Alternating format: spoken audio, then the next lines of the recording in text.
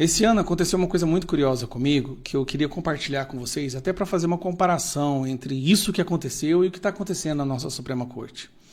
Bom, esse ano uma pessoa entrou com um processo contra mim aqui no estado de Goiás por algo que eu havia dito nas redes sociais. E é sempre assim, 99,9% dos processos contra mim é por palavras.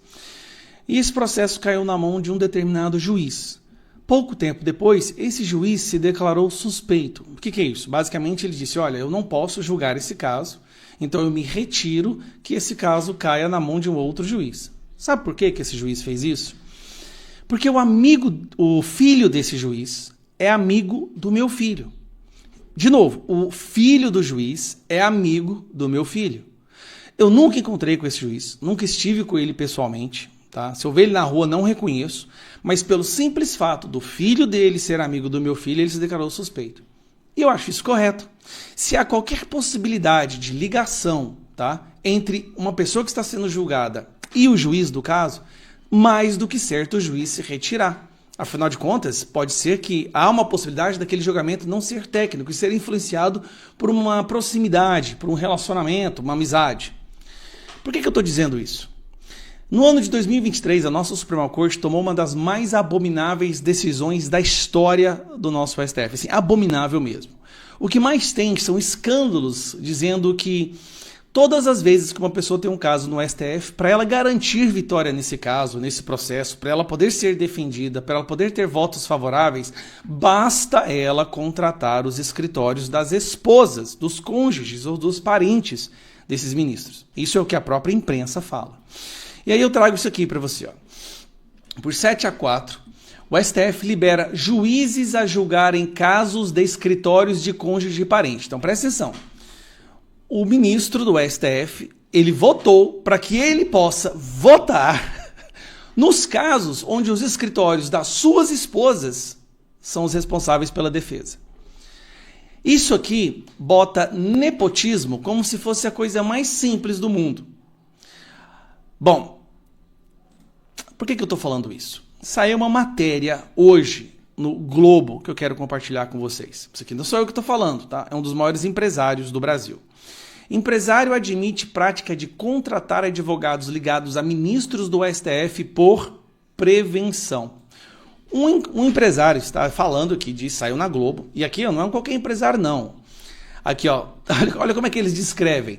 De um grande experimentado, e bota grande experimentado nisso.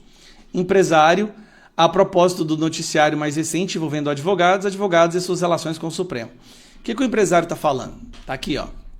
Preventivamente, a palavra de ordem é dar o contratinho, olha só isso aqui, é dar um contratinho que for, tipo um contratinho aí de 3,6 milhões por mês, mesmo que sem uma causa específica, para escritório cujos sócios tenham algum parentesco ou forte grau de amizade com magistrados, até porque é melhor tê-los conosco do que contra nós. A prática não é nova, mas vem ganhando corpo.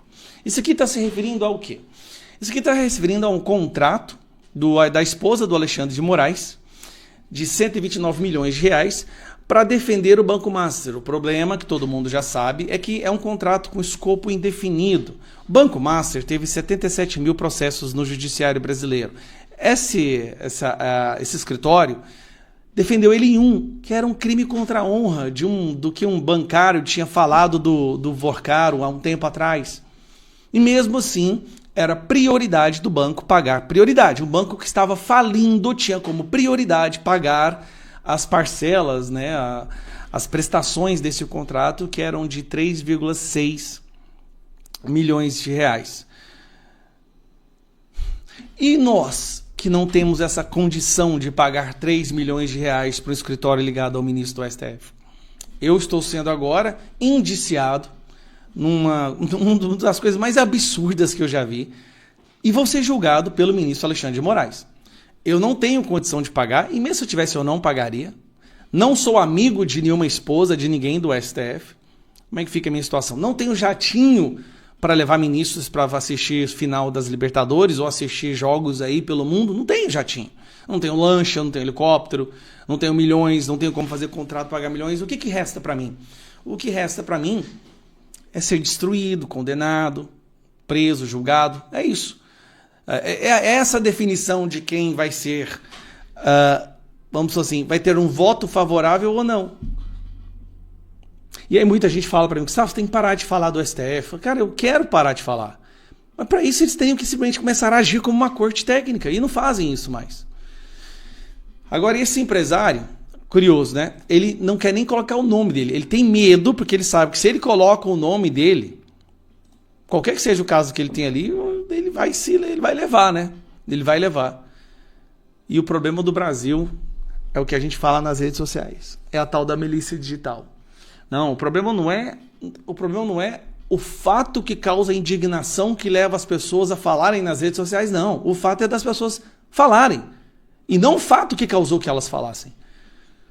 O problema é a milícia digital, né, que reclama, que briga nas redes sociais. O problema não é o fato que causou essa indignação. É o Brasil, cara. É o Brasil. Aí vem ano que vem. Chance de reverter isso tem. Fazer maioria no Senado. Só que agora, quem é que vai conseguir chegar nas eleições? Essa é a pergunta.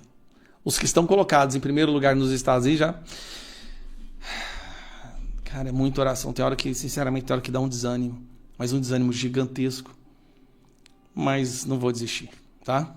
Eu tenho certeza que se você em algum momento durante o dia de hoje abrir o seu celular em alguma rede social, em algum site de notícias da imprensa, eu tenho certeza que você viu esse rosto aqui. Viu ou não viu?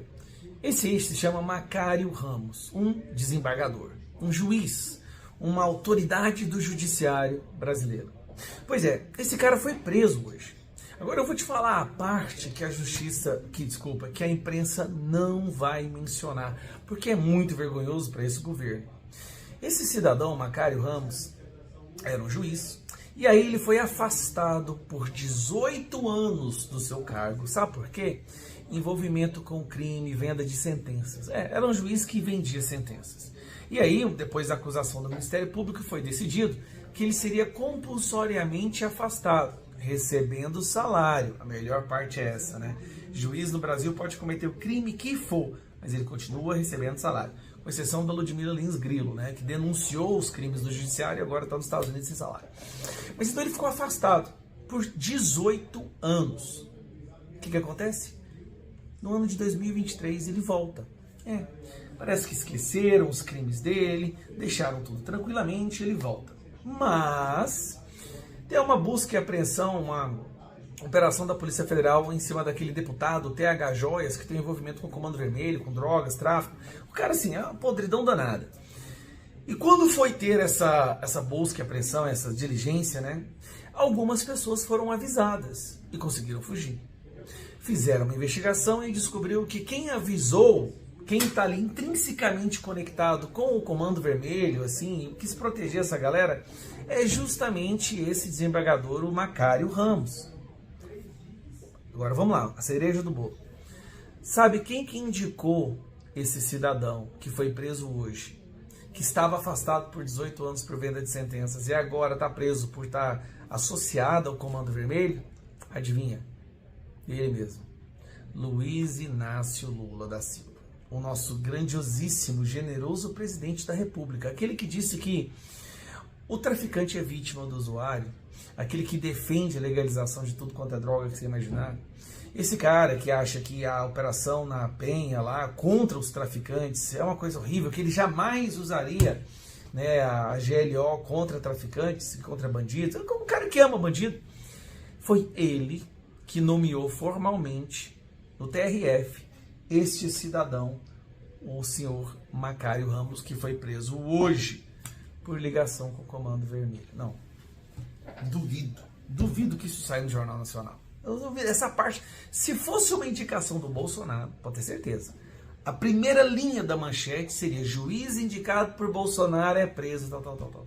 Ou desembargador indicado por Bolsonaro é preso, Comando Vermelho e tudo mais. Se fosse o Bolsonaro que tivesse indicado esse cara, ou qualquer outro presidente, a primeira linha seria isso. Mas, como foi um juiz aí, desembargador indicado pelo Lula, então isso não tem relevância. Tentar mencionar isso é politizar. Tentar mencionar isso numa matéria é só tentar politizar algo que não tem a ver. Para de problematizar. Gente, 18 anos afastado e recebendo salário.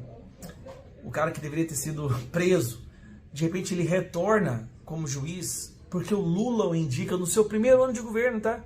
Lula indicou esse cara em 2023. Tipo assim, o Lula já entrou pensando, cara, bora botar os juízes corruptos, pilantra, ladrão aí, ó, tudo no lugar de volta, para a gente poder ter a nossa blindagem. Porque no STF já tá blindado. No STF não se permite chegar perto do irmão do Lula, nem da nora do Lula, nem do filho do Lula. Ninguém.